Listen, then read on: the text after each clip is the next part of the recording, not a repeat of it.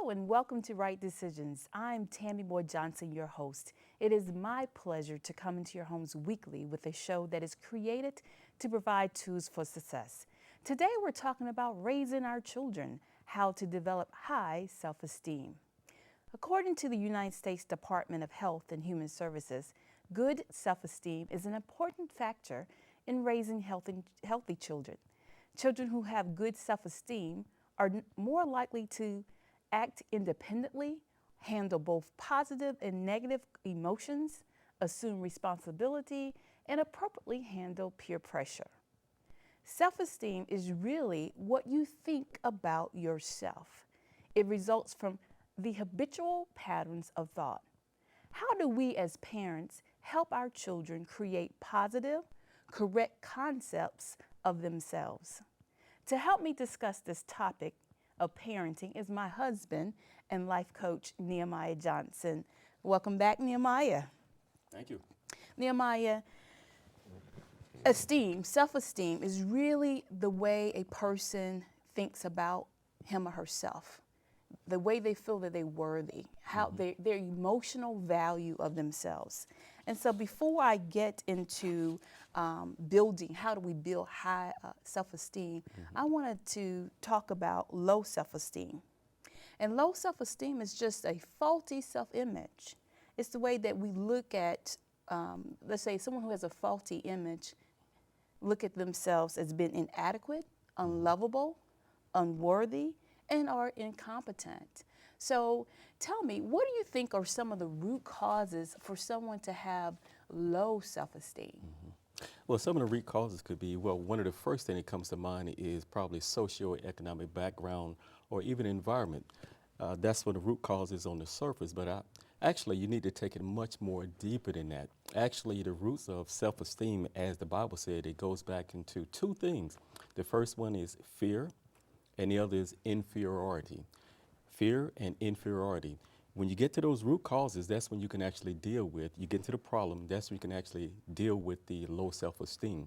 Because anything other than that, whether it be socioeconomic background or environment, those are the things that are more like symptomatic of what the overall problem is. Well, before you get into the fear and the biblical point, I want you to go back to the low socioeconomic, because I don't want to leave our viewers wondering what you mean by that in background, because I do know that sometimes you may have people who are of a higher economic status and they may have low self-esteem. So can you kind of emphasize that particular point that you were trying to bring out? Oh, sure.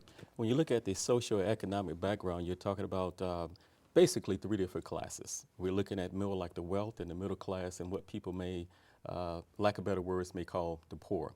And typically when you look at the socioeconomic class of the middle class or the poor, people have a tendency to think that it's relegated to those classes, especially the poor. But actually, these are the things that actually transcend socioeconomic classes.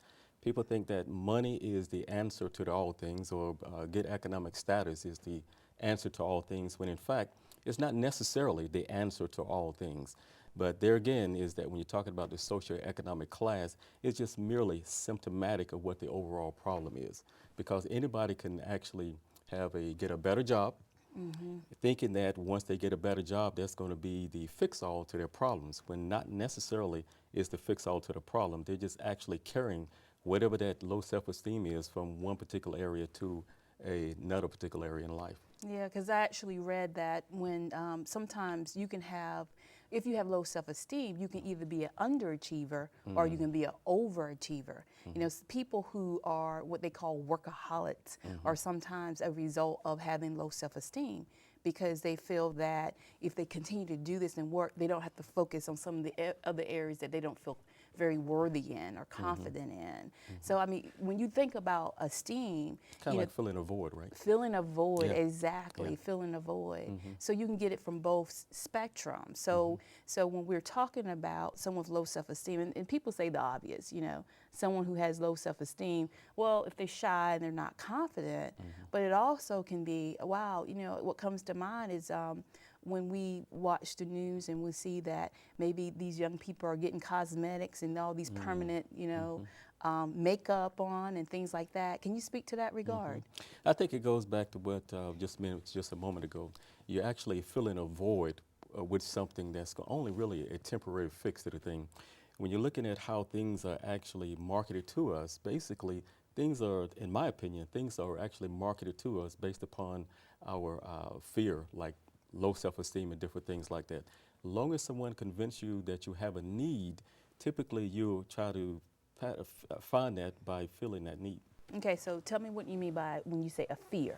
How do I identify? If I'm sitting here and I'm watching this program, and you say that sometimes if we're raising children and they have a fear, that it could turn into having low self-esteem. What do you mean by that? Okay. Now here it is. Now if I can go back to the spiritual component again. Sure. Yeah. Now when we go back to the spiritual component, it actually tells us in Genesis that we are created after the image of God. We're created in his likeness after his image. And at that particular point, we have to understand what the image really is. And absence of that, that's when the fear and the insecurity actually comes in. Now, if I can give you an example Please of that. do. The example that I want to give is actually, I remember when I was a kid growing up, and I guess it was probably like middle school age. My father had a garden in the backyard. He went out there every spring, plowed up the backyard, and he had some rows, and my brother and I would go out there, and actually, he told us how to plant in the garden. We would take the seeds, corn for instance. We would take the corn seeds, put it into the ground, fertilize it, cover it over, and watered it.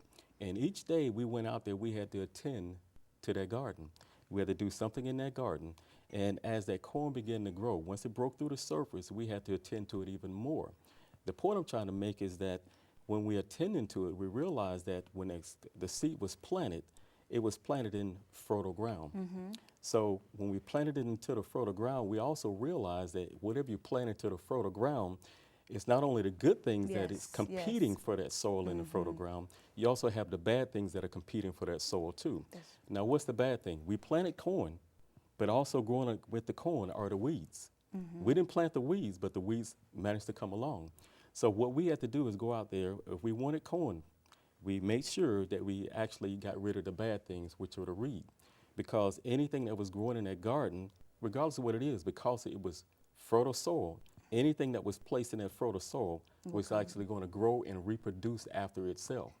So if we want to make sure we got a good corn crop, a good corn harvest, we had to make sure that we attended to the good and make sure we remove the bad things out there.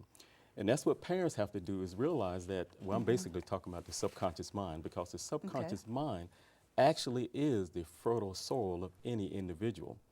And a parent has to understand that a child, when they come into this world, they're born, they're learning everything, they're soaking up everything. So a parent has to be aware that whatever you try to put in is good, there's going to be some bad things that try to come along also. All of our experiences and exposures that begin in childhood is actually taken into our subconscious mind. I know we're talking about self-esteem, but that's one of the things that is in the fertile ground. Right. So a child can experience something negatively in their childhood, and just because that particular day passes, but still there's some seeds of that experience that is actually planted into that fertile ground. And so those are particular things that we have to be careful of, because I know we operated day by day out of our conscious mind, our logic and our reasoning and things like that. But typically we don't pay that much attention, especially raising a child, with the things that actually go into the subconscious mind of a child. Those bad experiences and those exposures, those are the things that we have to be aware of and careful of and deal with when they actually come up. Let's give some good examples. Good examples. For example, I remember maybe like scaring a child when it's young. You know, it's kind of cute to run around and maybe jump out of a dark room and scare a child and just say boo, and we laugh at things like that. But actually, it may be funny to us, but that's an experience that actually goes to the subconscious mind. It goes into the deep subconscious mind of a child. Like, oh, well, go ahead. I thought of an example when you said that, but this has nothing to do with low self-esteem, but it's the same way you're talking about fear. where I remember my parents, when they used to drive across a bridge, we used to live in the Virginia area when I was a child, and they will be, oh, here comes, they weren't comfortable driving across the bridge. So guess who's not comfortable driving across bridges now, because that was something, and it didn't really appear until years later, meaning I was driving Absolutely. cross bridges comfortably, but then as I got older, it's like, okay, where is this coming from, this uncomfortability? And so I guess what you're saying is the exposure that, or if you are talking to your child and you put negative things, maybe you're disciplining your child and you're saying, you're a bad child. You're putting something inside that child into the that subconscious. may have that child come out to have low self-esteem. That's absolutely We right. don't want, when we discipline our children, we want to let them know we dislike the behavior that they did, but we love them and we want to edify them. We want them to know we don't want to put them down, but we want to put the behavior down. So I think Absolutely. that's one thing we can leave with our viewers, that when you are, sometimes the root cause of low self-esteem are the words that we may be saying to our children when we're disciplining them. Would you agree? And you're absolutely right. But sometimes we say those words because we as parents may not realize that's what's in our subconscious that we actually experience as a child ourselves. So what we're really doing is speaking words that's really from our childhoods, and now we're simply transferring it. So we talked about what parents may be saying to the children, but what about exposure that they may get into the community or from the television or from music? Would that impact how they feel about themselves? Oh yes, and it certainly would, because whatever you understand is that it's always competition. And what I mean by competition is that what you as a parent doing is put into your child. You have to be very careful of what environments that you allow your child to go into, what environment you introduce your child to, because they're soaking up everything that they are around. So when you're talking about even going to school, because I think one of the critical ages going to school is perhaps in middle school now, because children are becoming more aware of a lot of different things, and the competition amongst children is actually increasing now. So at that particular time, parents have to be even more aware of the surroundings or the environments that their child are actually in, because it's still going into, like we've been talking about, into that subconscious mind, which is impacting, or is going to show itself as being low self-esteem. It's going to impact their esteem. So when that, and one of the examples too of someone who has low self-esteem is when they do bullying, speaking of middle school, and they act out because they don't feel worthy about themselves, so they want the others to not feel worthy also. That comes across, Tell me some other examples or some other reasons for low self-esteem. So even when the bully is actually behaving like that, but when you actually, I think, when you actually go back and trace it, it was some experience or something that that child, the bully, was actually exposed to when they were even younger. So now that it's into their subconscious, so they're really acting out on someone else what they've actually experienced themselves. So let's go a little bit more into that and talk about lifestyles a little bit before we get into how to build self-esteem. Okay. Actually, you mentioned a word about lifestyle, because they're getting low self-esteem, just like any other ills of fear and insecurity, is those things that are not attended to as a child. A lot of times people think that when you're acting out something as a child, as you get older, you just simply grow out of it. And I beg to differ. That's not the case at all, because what you do, you don't grow out of it by yourself, is that you develop a lifestyle based upon that. In this particular case, low self-esteem. So when you develop a lifestyle of low self-esteem, that lifestyle, everything you have in your lifestyle is based upon your emotional health at the particular time. So you develop a lifestyle around low self-esteem or emotional health. If you actually take an inventory of your lifestyle, even those people that you are around, your friends or whatever the case may be, you're attracting those people into your life based upon your emotional health. In this particular case, low self-esteem. So when you're actually a person desiring to change, they may want to change, but it's sometimes as an adult, from a child to adult, it becomes increasingly difficult because of the lifestyle that we really have developed. And to make a change means now it's more than just making a change. I have to change my lifestyle by actually getting rid of some of who the you things associate and with. who I And, associate and with. maybe what some of the movies you watch and the music you listen to, because The it's going movies, what? into your Absolutely, subconsciousness. absolutely, Right, right, absolutely. right. So what you're saying is, if a child, even at a young age, a child could begin to associate with other people who have low self-esteem, and Because then that's who they're going to attract. they continue this belief about themselves, because it's going to be hard to pull away. They have to pull away from that group, their association, start to build confidence in themselves. Yes, absolutely, because it becomes increasingly, in my opinion, it becomes increasingly difficult to make that change, because the older we get, the more things we have developing into our lifestyles. And so, like you were just saying, is that a lot of people that you have attracted into your life are have a similar, if not the same situation going on with them. And I mentioned something earlier. I said emotional health. If you have a low self-esteem, then it becomes difficult for you to not only attract a confident person, but maintain a relationship with a person who is confident. So therefore, that's why we say we attract people based upon our emotional health. And low self-esteem is one of those things that we're talking about. How can I attract and maintain a relationship with a person who's confident? Because what I'm doing is I'm not recognizing the void that I really have, and I'm going to make that person work harder to fill that void for me. That's In pretty other words, good. I established that lifestyle that I established is one based upon controlling things around me. Because typically, as what we do, we try to control things, whether we want to admit it or not.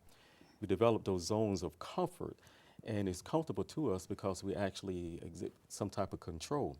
So if I have a person in my life, if it's low self-esteem, they're in my life for that particular reason, and I need them there to try to fulfill a void that I have. And once they are not doing that, that's when I begin to act out in a manner that's representative of what's really going on within me. So are you saying that if someone's confident or have high self-esteem, it's going to be hard to be around someone who has low self-esteem, because the low self-esteem person will be very needy? Yes. And Yes. then it's draining the confident person, so then they just kind of go and be with someone who's more secure, confident, have high self-esteem. Is that what you're Yes. saying? In other words, something has to give. Right, right. Something has to give, because if we're talking about that void and low self-esteem, so actually is this thirst within, and I'm trying to fulfill that thirst within by reaching out to other people, and actually it really wasn't designed. God really didn't design it that way to actually have somebody fulfill that within us. That's right. Yep. Because if we think about it, in John chapter 4, we're talking about that thirst. Everybody's familiar with the woman at the well with that thirst. He's telling us is that all those secondary needs, somebody may be able to fill those secondary needs, but that primary need, another person really wasn't made to actually fulfill that primary need. Right. And right. so we put a burden on somebody else to try to actually fulfill that, and they weren't designed to do that. Right, right. And I guess that would explain. You remember back during the Great Depression, where people were. No, I don't remember. Well, that's right. I mean, through the history books. Yes. where we hear about people they killing themselves because they lost money. And so to me, I think all their confidence and security were in money, instead of in, like you said, in having that relationship with God. So is that the same type of thing? Okay. Well, I know you use money. Of course, actually, when you talk about money, it's like treasure. It's a frame of reference. You're absolutely right. In that particular case, because they've actually used a treasure as something to build up. They place their value in a treasure or their worth in a treasure. And when that is gone or that dissipates, then it feels like there's nothing there. Nothing there, because and to them, they actually perceive it as all is a loss at this particular point. Okay, so we talked about some issues or some ways that the root causes of low self-esteem, and how they are, sometimes people are filling a void with the wrong things. We're saying negative things to children, and they're not getting, the exposure is negativity, be it music, movies, or what have you, and it's all going into their inner subconsciousness. Now let's give our viewers some steps on how to build high self-esteem. So what are some practical steps our viewers can take when they're looking at their babies and they want them to grow up to be confident, contributing citizens in this community? Okay. Yeah. You did say practical, right? Yeah, some practical steps. Okay.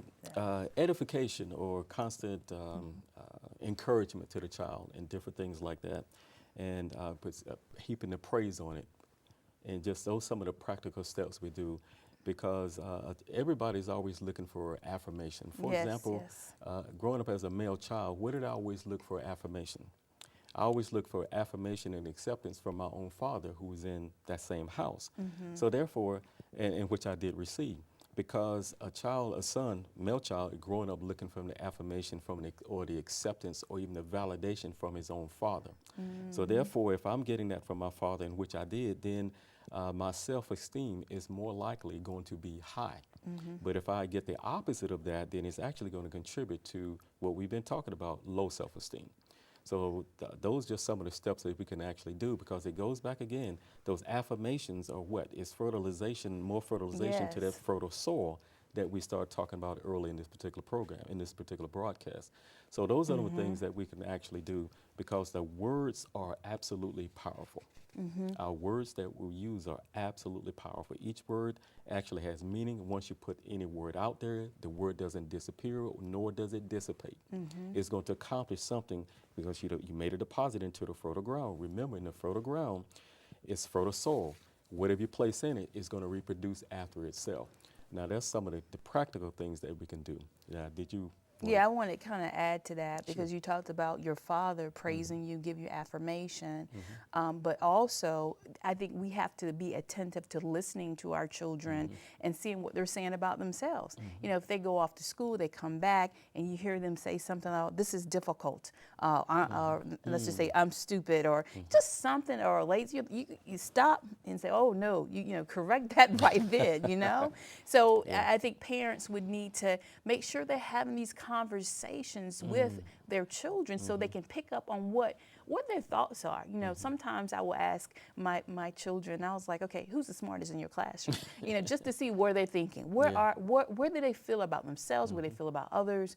And not that it's wise to compare, they don't know what I'm doing, why I'm doing that, but just to make sure that they have a good concept about themselves. Absolutely. Right, you agree? Absolutely. Oh, definitely. And of course, looking at it yeah, you do that in our household. You talk to our children and you ask them different questions like that. And each time you ask a question, like I think kind of look at it as more like a tag team, because you may be asking the questions at the same time I'm observing and listening to the response that come out of Nora, or the response that may come from Victoria.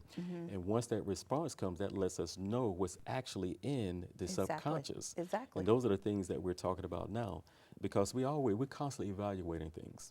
We're constantly evaluating things. So when we get the response, and then we evaluate that response, and it lets us know what we need to do as parents in terms of making sure that the esteem is high, like you're talking about, in a practical Exactly. manner. And I think another practical steps could be that, okay, everybody has a gift or a talent, you know, and identify that in your children, what that gift is, and then focus on that. You know, I think as society, we have the tendency to look at the weaknesses. I mean, we know everybody has strengths and weaknesses, but we want to grow and focus on the weaknesses to get them to get better, versus looking at the strengths and say, okay, I know Yeah. you don't need to play basketball, but you need to be in the spelling bee or something of that sort. Can you talk about that a little bit? Yeah, first of all, I would like to talk about it, but I would like to give you the scriptural reference to that. It Yes. says, train up a child Child. in the way he should go. And when he gets old, he will not depart from it. Train up a child in a way that he should go. And when he gets old, he will not depart from that. And that, to me, is one of the most misunderstood scriptures out there, because it's like you're saying, is that every child actually has innate gifts and talents within them. And those innate gifts and talents, they're seeking to come out. Whether you do anything to try to get it, is always seeking to come out. And we as parents have to be especially in tune to watch and observe what those special gifts and talents are, because a child at that particular age doesn't realize it's a gift or a talent. So what we have to do is notice what those talents are. We may just see glimpses of it, but it's up to us to actually to get it to come out. And how do we do that? We continue to place them in environments that actually going to help foster those gifts and talents in each child. Yeah, definitely. If you putting a child into an environment where he or she has strengths and is just a natural ability Yes. to excel, oh my God, that is going to help his or her self-esteem. It's going to help them build up. And then there's a couple other points that, I want to mention before we close this particular segment, that it's okay to make mistakes. Sometimes I think people think, oh my God, you made a mistake and you beat yourself up. We are human beings, Yes. and as we grow spiritually, there's some things that are going to happen just in the flesh, but don't beat yourself up. We're growing, you're developing, your children are developing naturally. So let them make mistakes and then just say, okay, you learn from that and you go on. And then the other piece is, don't compare yourself to other people. You can't compare yourself to other people. So basically, I want to thank you, Nehemiah, for joining me on today on this special topic as we talk about parenting and building high self-esteem. And if you want to contact Nehemiah or myself, you can do so on the Facebook page with Right Decisions. It's Right Decisions with Tammy Moore Johnson Facebook page. Through our discussion today, it has been our objective to provide key components, strategies to raising children. For it does take a village to raise a child. We will look at this topic, raising children, again. At Right Decisions, we just don't want you to prosper here on earth. We want you to prosper in the afterlife as well.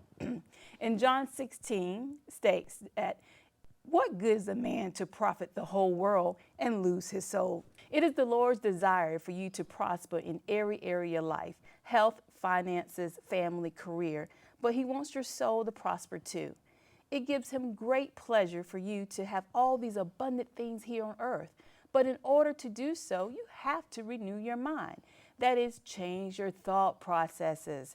Renew your mind about raising children. God says, train up a child in the way that he should go, and when he's old, he should not depart from it. Parents, we have to apply the practical steps that the Bible has outlined for us. The Bible says that we are fearfully and wonderfully made, and God has given us each a gift, a talent. There's no need to compare. In order for our children to build a correct image of themselves, we have to build them up with the Word of God. Everything we need is in His Word. Life begins with His Word. Encourage your children to read the love letter from the source of life, and I will guarantee you he or she will have high self-esteem. As always, remember to acknowledge Christ in all your ways, and He will direct your paths. True life begins with Jesus Christ, and He is coming back. Will you know Him when He returns? If you do not know Him as your Lord and personal Savior, I encourage you to do so. Jesus is coming back. Thank you for tuning in to Right Decisions, a show with a positive message. If you'd like to contact me, you can do so at toolstomakerightdecisions@gmail.com or check out our Facebook page at Right Decisions with Tammy Moy Johnson. We'll see you next week. Goodbye for now.